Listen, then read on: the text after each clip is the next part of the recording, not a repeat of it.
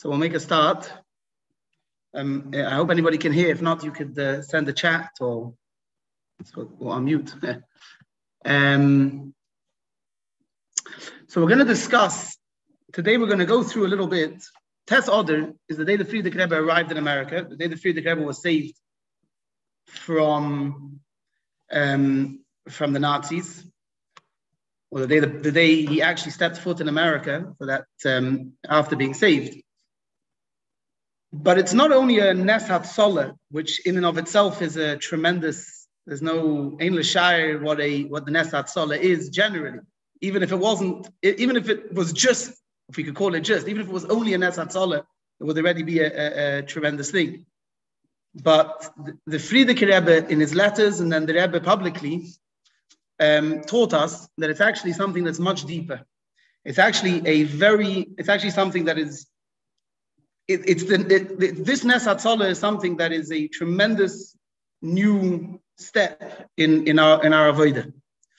And hopefully tonight we'll go through the story of the Nes HaTzolah, and we'll get an understanding a little bit of what it means that the Frierdiker Rebbe was saved and came to America, and most important, a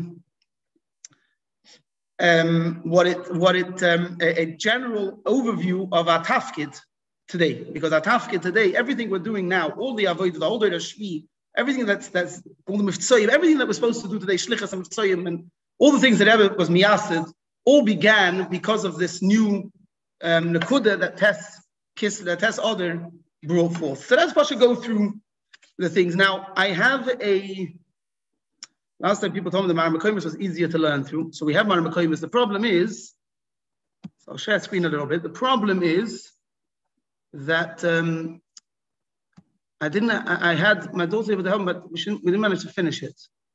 So we'll go through it a little bit, and we'll begin. Now I want to start like this. You know what? Before we share, I want to start like this.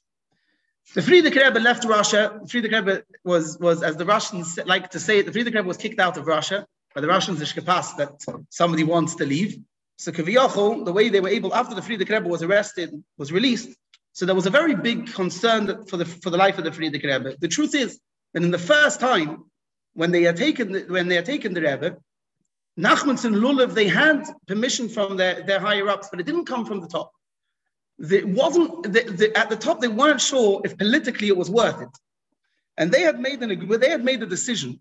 Nachmanson Lulav and whoever was involved in this thing, they had made a decision that they were going to take the Frierdiker Rebbe immediately, take him into the basement, and within a couple of minutes of coming to the jail, Rahman al-Islam, it would have been over. And this way, by the time they could get the pressure put onto them by America, they figured by the time they were able to call America in contact, and the pressure would be able to start, not only America, wherever they were going to call, they felt that by that time it would be finished. The pressure would be, there would be condemnation, but it would be too late. It would be la'achar ha'maisa.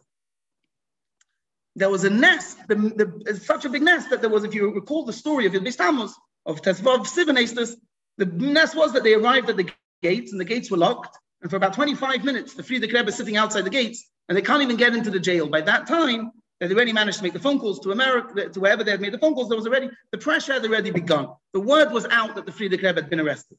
So it was too late for them. Too late. It was a nest that the Eibishter had made, So the Frierdiker Rebbe. But there was a concern when the Frierdiker Rebbe was released from jail because of pressure and everything. So there was a concern that it was going to happen again. All they have to do is take two rogue people, arrest the Rebbe, and they had to get the Rebbe out of Russia. And that's why very soon after, within a couple of months, on Isru Chag, Sukkot, the day after Simchas Torah, they knew already before Yom Tov that the Rebbe was going to leave right after Yom Tov. A lot of Chassidim came that year. And relative to those times, a lot of Chassidim came. And right after Yom Tov, the Rebbe left Russia and went to Riga. Now, the Rebbe staying in Riga was not going to be permanent. There's a letter where the Rebbe writes, the community in Riga was very established. It was a certain type. And there's a letter from the Rebbe to Chatzah Fagin that that he's becoming sick. The Frierdiker Rebbe writes he's becoming sick from Heder Avodah. He's becoming sick from the lack of work. There's very limited you could do over here. And the Rebbe began to look for somewhere else to move. After the Rebbe's chasana, the first thing they had to do was to arrange the chasana. That was one of the first things the Frierdiker Rebbe, after obviously establishing a chotzer and after settling, they began to prepare for the chasana. And after the chasana, they began to prepare for an international journey. The Frierdiker Rebbe went to Eretz Yisrael to go to Kivrei Avos, because he couldn't go to Rostov. And the Frierdiker Rebbe went to America. The Frierdiker Rebbe went to America to see if he could live there. There was three things. There was three purposes for this. Number one was to mechazik the Yidden in America. Number two was to raise funds for the yeshivas and for whatever was necessary. The Rebbe had this very small crowd in Riga, but in Poland there was already a yeshiva of close to 400 bachrim, and everything that was needed for Russia. So there was raising the funds in America, but also the Rebbe Pasha traveled the country looking for somewhere to live, looking to see if he could live there. This was the plan. As we know, we now know the end of the story. It didn't happen. At that time, it didn't happen. Now, before we get into the whole arichas of the Frierdiker Rebbe's want to move, we need to understand, first of all, that the whole concept of moving to America was a very, very big chiddush. The reason it was a big chiddush was because America wasn't an easy place to be a Yid. And you know what? Let's go through now. Let me show you inside a little bit the coders of what's going on over here. So I don't know how to do this. Oh, there we go. Okay. So let's go through this as follows. There was a big machlokes between the Alter Rebbe and the rest of Talmidei HaMaggid, to keep this brief. A big machlokes with regard to something we've discussed many, many times, with regard to who should win in the war, in the war between Russia and Napoleon. It was a big machlokes who should win the war. And most Talmidei HaMaggid, most Talmidei HaMaggid were on the side of Napoleon, because Napoleon was going to be good for the Yidden Begashmias, they felt. And Mendel Merimena felt it was Mechemes Goy Gomorrah. It's something we discussed before, and we've discussed it at length also in a previous series that I did, a series of shiurim that we did a couple of months ago. But that was one. That was the Mendel Merimena felt it was Mechemes Goy Gomorrah. The Alter Rebbe, B'shum Oifen, didn't want Napoleon to win. The Alter Rebbe said that we have the Kabbalah. I'm not sure if the letter is 100% authentic, but we have the Kabbalah that the reason why the Alter Rebbe wanted that the Alter Rebbe didn't want Napoleon to win, because Alter Rebbe said that if Napoleon wins, it's going to be very good Begashmias. But what happens is, when people are comfortable with Begashmias, when they could leave the shtetl, when they could move into the city, and they could start becoming, very worldly, very infected by the world. So it becomes very difficult to serve, to do mitzvahs. We see today that the challenges that there are, Baruch Hashem, we should only have such challenges, but the challenges that there are to keep mitzvahs is not easy. Is not easy relative to the world. And the Alter Rebbe was very concerned about that. And the Alter Rebbe therefore wanted that the Tsar should win, even though it was going to be worse for Gashmias. The Alter Rebbe wanted that the Tsar should win simply because if the Tsar wins, if the Tsar wins, then if Napoleon wins, it's going to be hard, because it's going to be the freedom. Emancipation creates automatic hardships in serving the Eibishter. And if the Tsar wins, you have the shtetl life. It's easier to serve the Eibishter, and ultimately, what's a good life is the life of serving the Eibishter. Okay, that's the machlokes that we had. So for the facts of the so let's just understand, for the facts of the Frierdiker Rebbe to even consider moving to America, which is a land of freedom, where you don't have the shtetl, you have the polar opposite of the shtetl. For the Frierdiker Rebbe, for him to even consider it, it's a major chiddush. However, it's clear that the Mittler Rebbe, that the Frierdiker Rebbe very much was considering moving to America. This is, I'm going to bring you over here. Hold on, I'm not good at this. Spotlight. Okay, I'm going to bring you over here. We're not going to go through, read all these things, all these inyanim inside, but I brought them out. It's just some of them anyway, just so people could get a little bit of an understanding of what the question of the Frierdiker Rebbe was, what the background was, and eventually what happened. So this is what I brought here first. This is from the diary of Rabbi Yisrael Jacobson, and he's writing over here clearly that they are planning, they are considering. Before the Frierdiker Rebbe traveled from America, he's writing back to the Rebbe. Before the Rebbe traveled from America, there was a soirus that the Rebbe should come live in America, and they had a whole vad. And if you continue over here, you have an entire vad that is deciding whether to make it happen. They needed money, they needed the location, they needed to make a lot of plans of where it should happen, how it should happen, etc. They put together a team. Nissen Talushkin was really spearheaded it. But you had Kramer, Chaim Zalman Kramer. These are names that are a bit familiar now because we've seen them on the videos. We know this from when the Frierdiker Rebbe ended up coming to America to live there. But these are people, some of these people I should mention, when the Frierdiker Rebbe was in America, he went to meet the president, it was President Hoover, and he went to meet with him, and some of these people went with the Rebbe. These are people, they created a board. And this board, their job was to go and make it happen. They worked on it for a little bit of time. I can't get there. And then until the Frierdiker Rebbe writes a public letter to them. We're going to get back as soon as we're done with this. I just want to give you a little bit of a thing, but we're going to get back shortly to what's going through the Frierdiker Rebbe. The Frierdiker Rebbe writes a public letter. I should tell you, there's months and months. This is talking about Chaim Archesh. The Frierdiker Rebbe left in before Elul, or in Elul. Frierdiker Rebbe is back in Riga in time for the Yom Noraim of Tafresh Tzadik Aleph.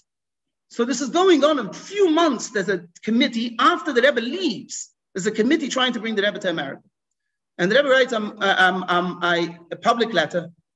You want me to come live by you, and I'm very, very happy to have it. I'm happy to, because I wrote to the Rebbe all about how much the Rebbe's visit lifted the whole community, lifted everybody. So I was very happy to hear your soirus and the chibah. That you want to move and live in that you want me to come and move to America, and how you've managed to raise some of the funds that are needed. And however, we'll jump to here. In the current situation, you haven't. Nothing is established enough. There hasn't been enough done in order to be able to establish there has been enough done cyber ruchnis and cyber gashmis, and I should and the Frierdiker Rebbe. So theoretically, reading this, this is in during the Great Depression. The fact that the Frierdiker Rebbe was able to raise tens of thousands of dollars the holidays. There's no exact, we don't know exactly, but from Yisrael Jacobson, it's clear that you're talking tens of thousands of dollars during that time. That showed on the amount that people wanted to come, that people wanted the Rebbe to come.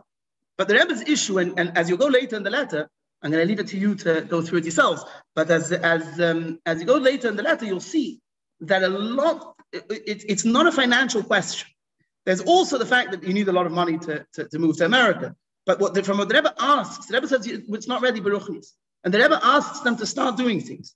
Number one, if you look at the bottom over here, number one, to l'sader limud hachsidus l'zmanim kavuyim. You have to make chaburis to learn chassidus, to support, to give tmichas to the yeshiva to imchit and to be kavei alachazak hamayim adam yosef. That hamayim adam yosef, this is the maimon to give the maimon for the rabbi. So one of them is financial. Another one is about supporting the yeshivas, which is not a financial question, it's a financial question, but it's not finances of whether you could sustain a chotzer.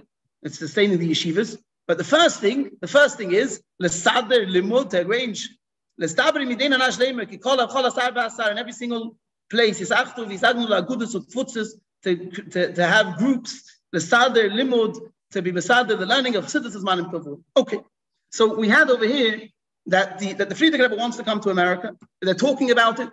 There is a serious discussion with regard to coming to America. The Frierdiker Rebbe says America is not ready for it. It's not only a financial question, also beruchnis. Financially, you're not there, but beruchnis, there's a lot that needs to be done beruchnis.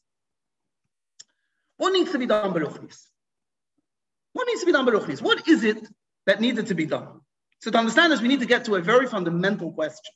was Bechlau with regard to Yiddish, with regard to America, Yiddishkeit in America. I should mention that England does not apply, what we're going to discuss now does not apply to England. The issue that America had is not England's issue. It's an issue with regard to the general shlav of what we need to do for Mashiach to come, which is where we're going to get to. But we'll see this in a moment.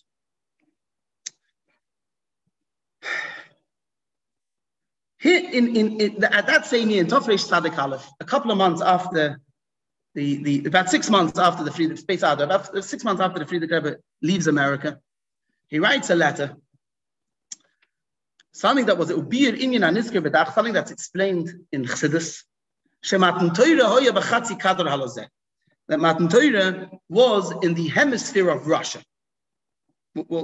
Let's finish this concept, then we'll get back, and we'll get to understand what it is. The revelation of the Torah in the second hemisphere, in the hemisphere that's not Russia, is a totally different work. It's much, much harder. The reason why, the Frierdiker Rebbe is writing, the reason why I cannot go to America now is because what's needed for America is a totally different avodah. The reason is because Matan Torah happened Matan Torah did not happen in the hemisphere of Eretz Yisrael, in the hemisphere of America. Now, this is a concept that we discuss. The Rebbe brings in Ayom Yom. It's a concept that's discussed in Chassidus, Mamorim of the Alter Rebbe, and it's based on two Mamorim of the Alter Rebbe. But the first place we heard of it, before they found the Ksavim of the Alter Rebbe, before that was printed, there was a shmua. It's not only a shmua. There was a shmua that was said in the name of the Rebbe Rashab. Here, the Frierdiker Rebbe is writing a letter. Chosni Yekiri v'Chavivi Rabbi Nachum Mendel. He's writing a letter to the Rebbe, and he's writing in answer to your question. That you heard that people say that the Alter Rebbe said that in America, Matan Torah didn't happen in America. And if you can please explain this to me. So here's the answer. What you heard from the Alter Rebbe, that with regard to America, the Yachas Adekila Matan Torah, it's true, but your Lashon but the Lashon that you write that in America there was no Matan Torah is Meshubash, it's a mistake, and I'll explain it to you. Now, I want to tell you something very interesting of it. The Rebbe did not ask this question from the Rebbe Rashab, from the Frierdiker Rebbe. If you look in the Igris that was printed from the Igris from the Rebbe, from the Frierdiker Rebbe to the Rebbe and the Rebbetzin, so the Frierdiker Rebbe writes to the Rebbetzin before this. The Frierdiker Rebbe writes to the Rebbetzin, I'm preparing a letter to write to your husband, to write to the Rebbe, that it's as if I'm preparing a concept. In order to explain a concept. In order to explain the concept, I'm preparing it, I'm writing it as if I'm writing it to your husband as if he asked me the question. Now, so the Rebbe and the Frierdiker Rebbe, which we're going to get to, we'll get back to this. The Frierdiker Rebbe goes through and brings the Maimer and explains the Maimer.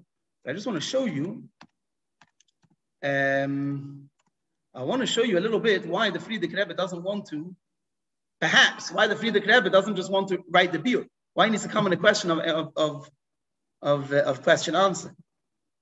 Because here you have in the Igris of the Rebbe Rashab, Igris of Chelek Aleph, in the winter of Tafresh Nun Gimel.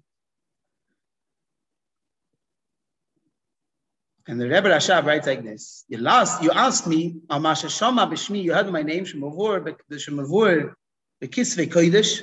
It's explained in Chassidus in certain things. Asher Matan Torah hoya al Chatzi Kador Shalonu, that Matan Torah happened on our hemisphere, below America. And I showed him the following Maimorim. We don't have the rest of the letter. We do have another part to the letter, but it's not again. In other words, what I'm saying is I'm showing you is that Rebbe Rashab did say, in the Lashon of the Rebbe Rashab, this does exist, that Matan Torah did not happen in America. What does it mean? So the Frierdiker Rebbe, I'm just pointing something out on the Derech Hagav. The Frierdiker Rebbe doesn't want to say his father was wrong, doesn't want to say his father's Lashon wasn't Meduyik. And the Frierdiker Rebbe is answering a question, that it's 100% right. It's answering a question from the Rebbe. It's 100% right, but it's mishubish. There's a mistake in the girsa. The concept is right. There's a mistake in the girsa. Let's go through and understand the concept like this.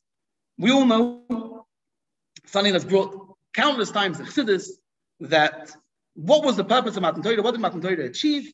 Matan Torah achieved that we can make the world holy.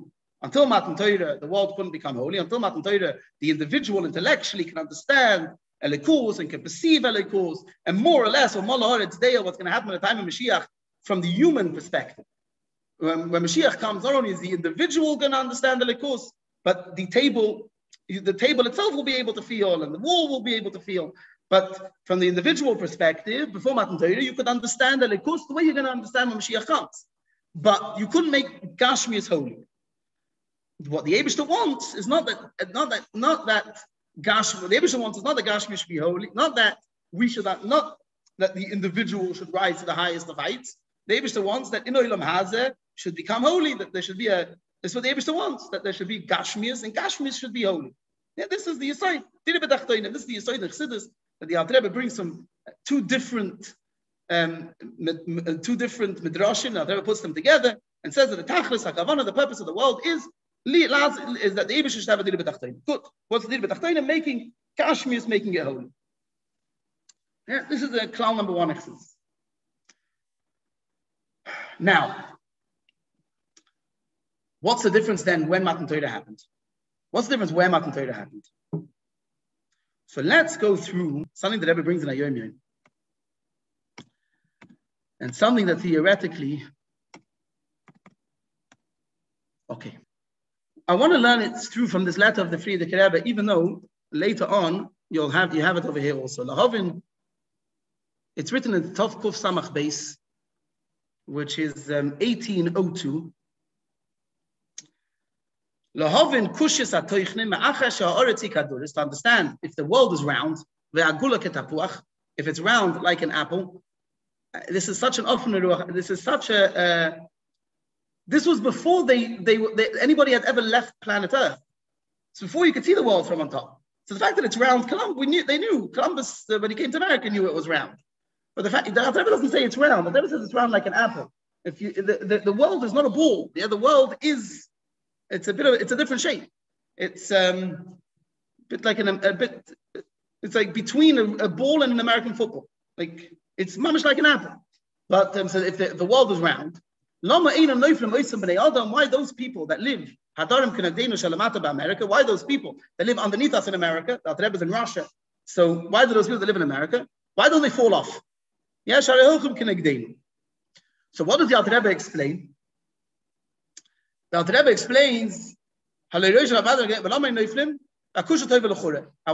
to in another Maimer, I'm not sure if it was brought here, I'm not sure if I brought it yet.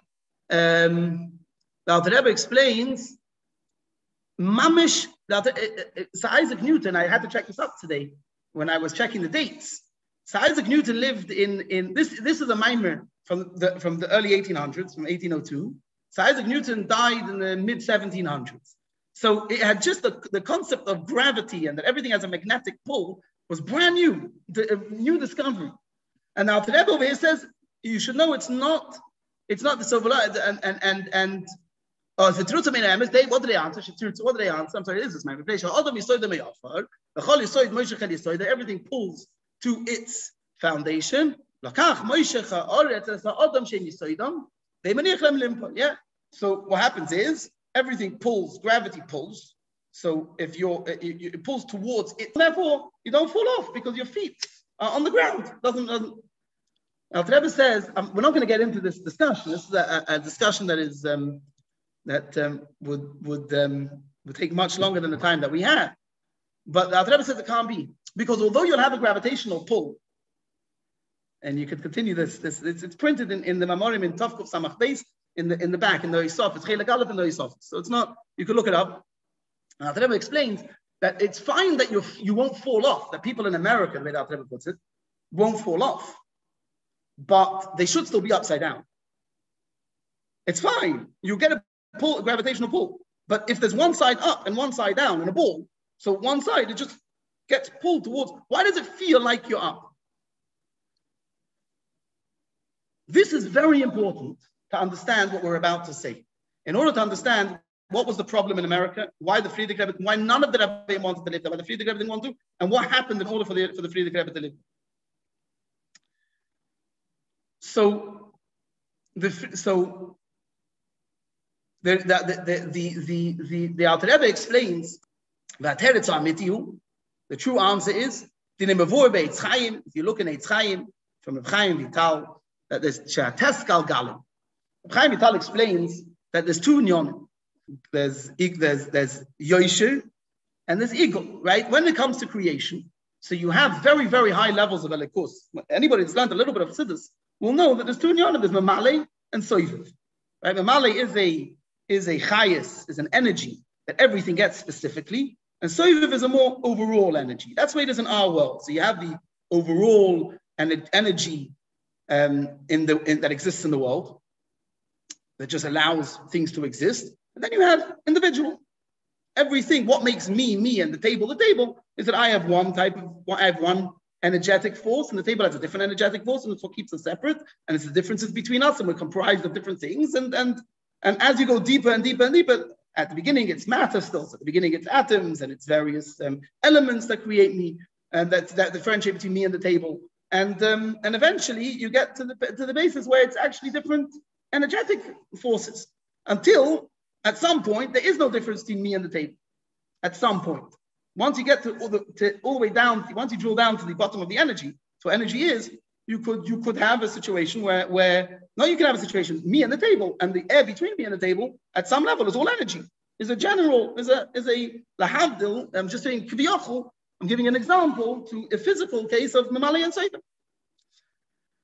In the Olam Esaklolim, you have the same thing. You have a creation which works in levels. So you have Chochmah, Bina, Das, Chesed, Gvura, Tiferes, and Olam Esatzilis, Bri, Yitzira, Asiyah, one higher than the other, one lower than the other. But then you also have levels that are higher, that are much more general chayes, which are higher than being able to to go into levels. And that, it's too high for that, so it's a circle. It's called the Gulim. It's like a circle. The circle doesn't have a beginning, doesn't have an end, doesn't have an up, doesn't have a bottom. It's at the levels where everything's the same. There's 9 of these. There are 9 Galgalim. Okay, we're not going to get now into all of this, just to understand this idea that in every creation, there's a creation that goes straight. There's an energy that goes straight, higher, giving into lower, giving into lower, giving into lower, etc. One level creating a lower level, creating a lower level, creating a lower level. And then there is a more general energy, which is where there is no higher and lower, there is no me and you, there's no difference. Even in that you have levels, but okay. Now, why is this important? Where did Matan Torah happen? We keep saying over here that Matan Torah didn't happen in America. So let's first of all understand what it means that there is let's understand a little bit what it means that there is a difference in what is this Chatzi Kadra Tachna, Chatzi Kadra Elin? What is this different hemispheres? So there's actually, let's say, let's look in the hemispheres. The hemispheres are something that most of us know. If you have a ball, you have the world as a ball, so you cut it, you divide it in half, and each way you can divide it. So you have the upper half of the globe and the bottom half of the globe. Just the way it is. So anything is going to be. So if you're going to go if you're going to look even now, America, Eretz Yisrael, and Har Sinai, and Midbar Sinai, and Har Sinai, those are in the Eastern Hemisphere. America is in the Western Hemisphere. Both are in the Northern Hemisphere. So if you have a ball and you divide the ball in half, I didn't bring a ball, I should have brought one. If you have a ball and you divide the ball in half, so you have, so you're going to have, I can't make a ball over here, I'm sorry. So you're going to have, here, use this. So you have a ball, you're going to divide it in half. So that's going to be one hemisphere, that's the top, that's the bottom. You could also divide it in half that way. And that's the top and that's the bottom. So Eretz Yisrael and America are the same if you're going to divide it this way. But if you're going to do it that way, it's going to be Eretz Yisrael and America are in 2 different hemispheres totally. So where Matan Torah happened never came into the hemisphere of America. Now, there is a difference, I should say. There is others that say that actually the hemispheres, I'm just going to, the two hemispheres are not in the way we define them now. Put Eretz Yisrael at the top, because Eretz Yisrael is the center of the world. So you put Eretz Yisrael at the top.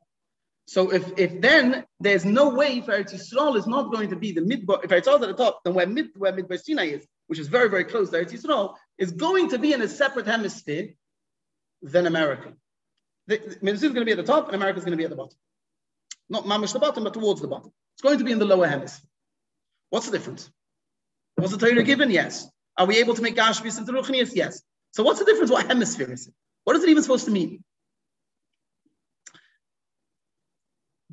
This is where it becomes important to understand the difference between what we've talked about, how what the Alter Rebbe explains that the Chachomim of the time were saying that there's there's a magnetic force that pulls you. So the Alter Rebbe is very nice for their explanation.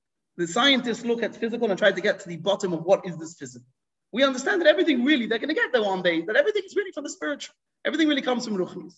So the Alter Rebbe is explaining. So Alter Rebbe says, why are we pulled back into this world?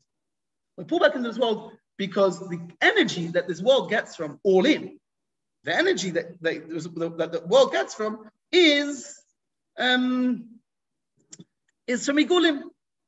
Igulim, just to Bekitzer, Igulim is from the highest because it's the highest, therefore it's Olam Hazeh is where it's all at. The Avodas Hamato is where it's all at. And therefore, because the Avodas Hamato is where it's all at, because mitzvahs is the main thing, and therefore you need therefore it's really Igulim which comes out in Olam Hazeh. I'm going to try and avoid that just for time's sake. But the point is that the globe, as the world as a whole, not just the world, the universe as a whole, has an energetic force that's pulling everything back to its core because of Igulim. And in Igulim, there is no beginning and end. So when I'm standing in Australia, it feels to me like I'm standing at the top, because for me, it's the top. Because the Chayes is coming to that, it's coming from Igulim. Nevertheless, there still is a Seder Ishtalshalus that comes higher and lower. So there's a highest, there's higher than Seder Ishtalshalus, which is Igulim, and higher than Seder Ishtalshalus, where everything comes from. And that's why we get pulled back to where we are. But the way the world runs regularly, that means the energetic, you have to have in everything, you have to have the main energetic force. And then how that becomes translated, you have to have the waterfall, which then gives the energy that's taken by the generator, the large generator, to the smaller generator, to the electric box, to the light socket in my room. But you also have, so you have to have the larger energy and the smaller energy. The large energy, the way it's channeled, the larger energy is going to be Gulim, and the smaller, the way it's channeled is in Ishtalshalus. Remember, the Eibishter wants that we should have a Dina B'Tachtonim in Ishtalshalus. We should have a Dina B'Tachtonim like this. So if you have, explains the Alter Rebbe that,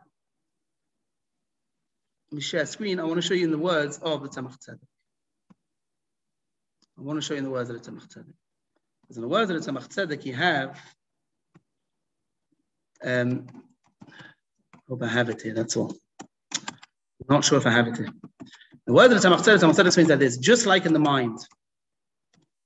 Just like in the mind. Oh, here you have it. Tzemach Tzedek explains it like this.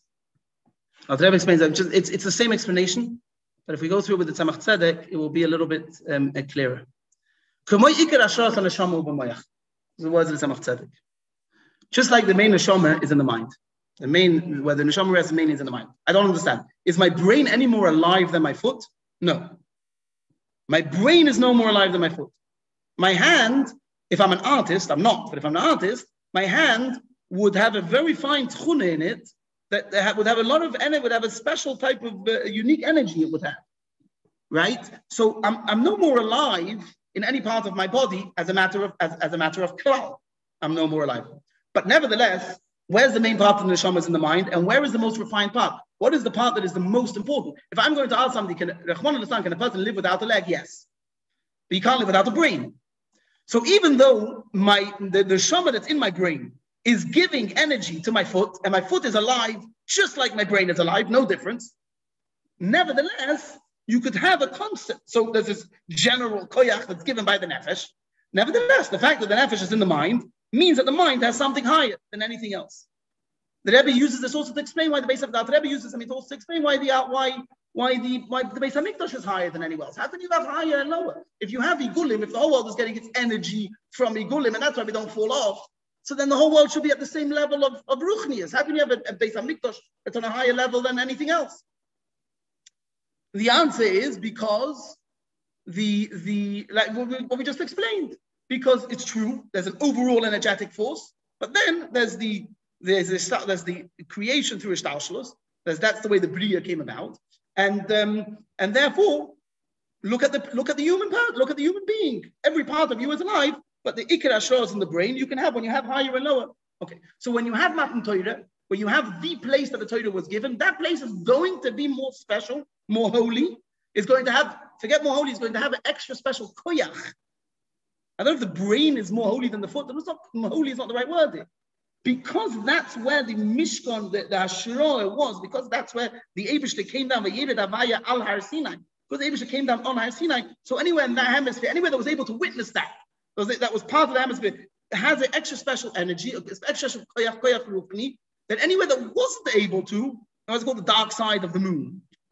It's only dark because it's not facing the sun. Nevertheless, there's certain things that you're going to have on a side that's never seen, that's on the opposite side, is going to have a different type of energy to Gabri. Therefore, the Frierdiker Rebbe does not want to move to America. I hope this is clear.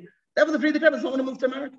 He can't move to America. In America, if you remember the letter that we saw at the beginning, if you remember the letter that we saw over here,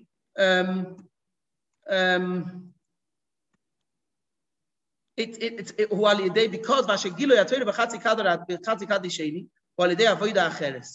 totally different work. You need extra special energy. What is that? What is the extra special koyach that you need? Matan Torah was a revelation. The Eibishter came down.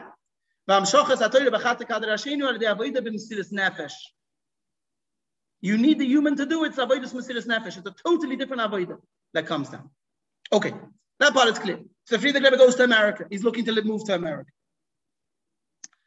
The fact that the Frierdiker Rebbe is looking to move to America is a chiddush nifla, because the Torah was never given there, and therefore in America you need it. America is a much harder birur than Eretz Yisrael, than Russia, than most of Europe, than England. It's the whole thing is different. And after going there, the Frierdiker Rebbe asserts that, yes, it's different, it needs a different avodah, and it's not for me at the moment. I want to show you one more letter before we go on, to go through the story of how what changed and how the Frierdiker Rebbe was saved, and then we'll go into a little bit what that means practically. Here's a letter that the Frierdiker Rebbe wrote on Tashrim Beis. It's after the Frierdiker Rebbe moves to America. Esther Shonim, 10 years. It's the middle of a letter, obviously. May also Yosi Vishnas Tofresh Tzadik in Medina Zoo. This is in Tashrim Beis. You can just look at it in the English. 10 years since I've been in this country. I refrained even from thinking about moving back here. How many difficulties came onto me during these 10 years? I know how many difficulties came on me during these 10 years. That I know the fact, had I been in America, that I stayed in America, like Chassidim in America were advising me, I wouldn't suffer them. I wouldn't suffer like this. The Frierdiker Rebbe, by the time he comes back to America, the Frierdiker Rebbe has multiple sclerosis, and Bechal, the Sisurim will just hear a couple of weeks in the war what the Rebbe went through. Never mind the challenges that the Rebbe went through because the Rebbe's stance against the Tzionim and against those that wanted to work together with the Tzionim and the Agudah. There was a tremendous challenges, the difficulties the Rebbe was going through. Gosh, I couldn't get until the time came, and I was forced to do it. Okay. So the Frierdiker Rebbe goes back to Europe and decides not to, chooses to not goes back to Europe, and he decides not to move to America.